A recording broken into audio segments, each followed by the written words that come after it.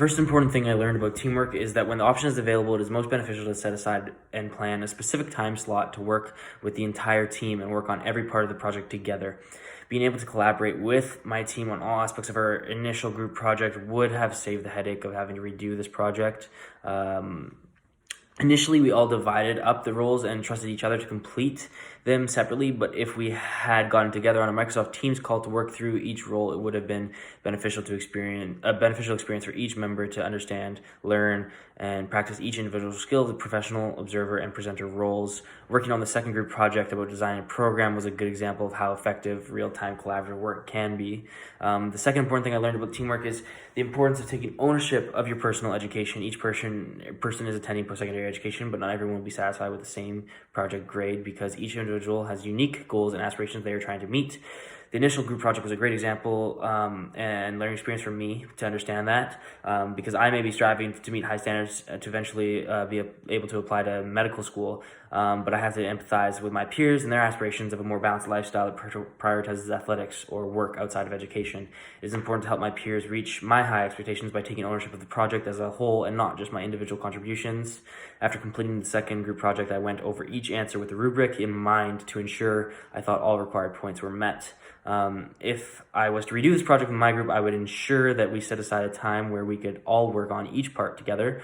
We did not collaborate on each part the first time because we imagined it would be too time-consuming and not efficient, but ultimately that decision impacted our grade and we did not gain vital perspectives of others throughout the group work. I would also review peers' work compared to the rubrics outlined and have the confidence to speak up and provide constructive feedback or help where necessary. I didn't do this initially because I had prejudiced expectations that every student had similar goals, skill set, and perspective in order to be at a higher educational institution such as the University of Toronto.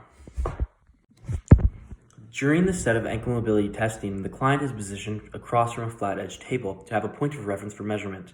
His anterior aspect of his kneecap is driven in a controlled fashion to touch the table edge. The distance from his toe and the flat edge surface is measured each time to grade his ankle mobility, which is the anatomical aspect that allows for this movement to occur. Every time his kneecap contacts the flat edge of the table, he is able to inch his toe away from the table and try again until he does not touch the table. He must and can be observed to keep his entire heel and foot on the ground at all times with proper joint alignment. He is not wearing shoes to ensure his toes, ankle, and heel can be seen clearly. The left passive and active ankle mobility scores were 4s, as they were both optimally measured at 12.5 centimeters plus. During the right and left passive ankle mobility test, the client has two hands supporting his weight on the tabletop, so he is able to lean forward, direct his knee toward the table edge, and allow gravity to assist the movement. For right and left active ankle mobility test, it is purely measuring the client's internal physical ability for the ankle joint's range of motion, as he does not get to rest his hands on the tabletop. There is no assistance of gravity.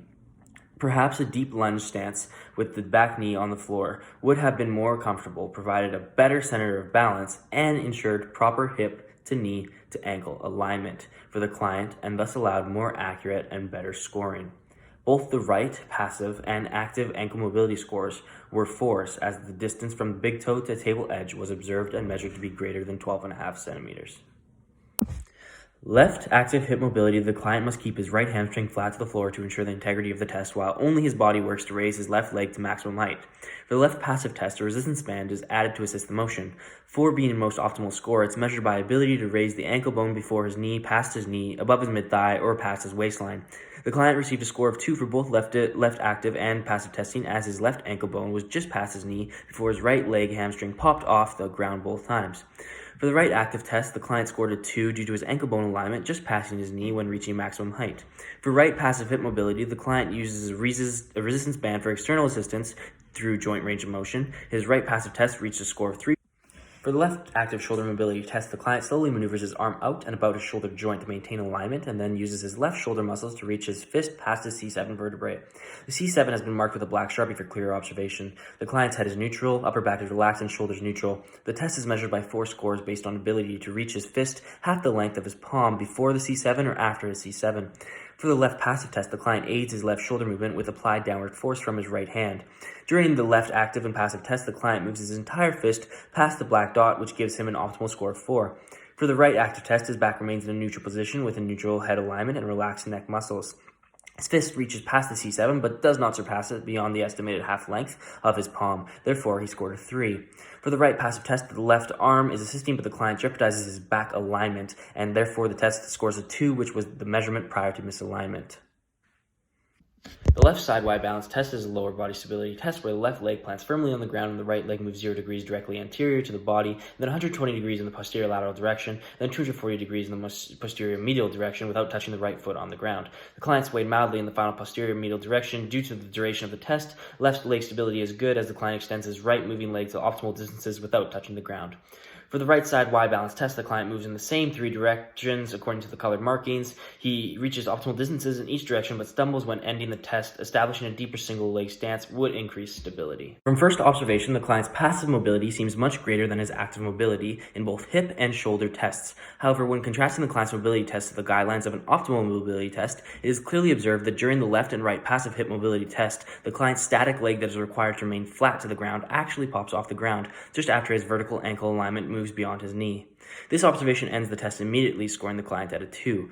The professional should have stepped in and finished the recording once the hamstring popped off the ground. In his right passive shoulder test, the score was recorded as a 3 compared to the right active test where it was recorded as a 2, but the client's back alignment and head neutrality were jeopardized.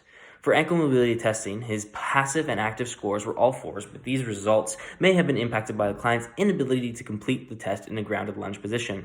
The client's mobility scoring did not significantly influence their Y-balance test results, as his optimal ankle, optimal shoulder, and suboptimal hip mobility scores represent his ability to move in those ranges of motion, but do not represent the stability of his joints or strength of the surrounding muscles. The Y-balance test results express sufficient stability of his lower extremity joint chain for the client's daily purposes.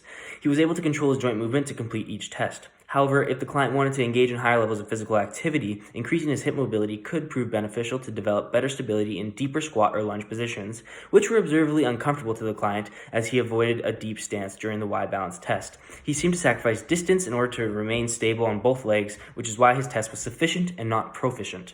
I recommend using all the same tests for client A. Passive ankle, hip, and shoulder mobility testing would be important to assess joint stability using external assistance. Once his full joints range of motion were established, continuing to assess his body's current muscular ability to perform the ranges of joint motions would be necessary by active mobility tests. This will determine how much room for improvement there is and what specific joint motions require the most attention during his new stretching routine. The single leg Y-balance stability test will be an important aspect in assessing the injury risk of tango dancing lessons for client A because lower extremity joint stability is essential to control, perform, and reduce chance for falling during fast-paced dance routines.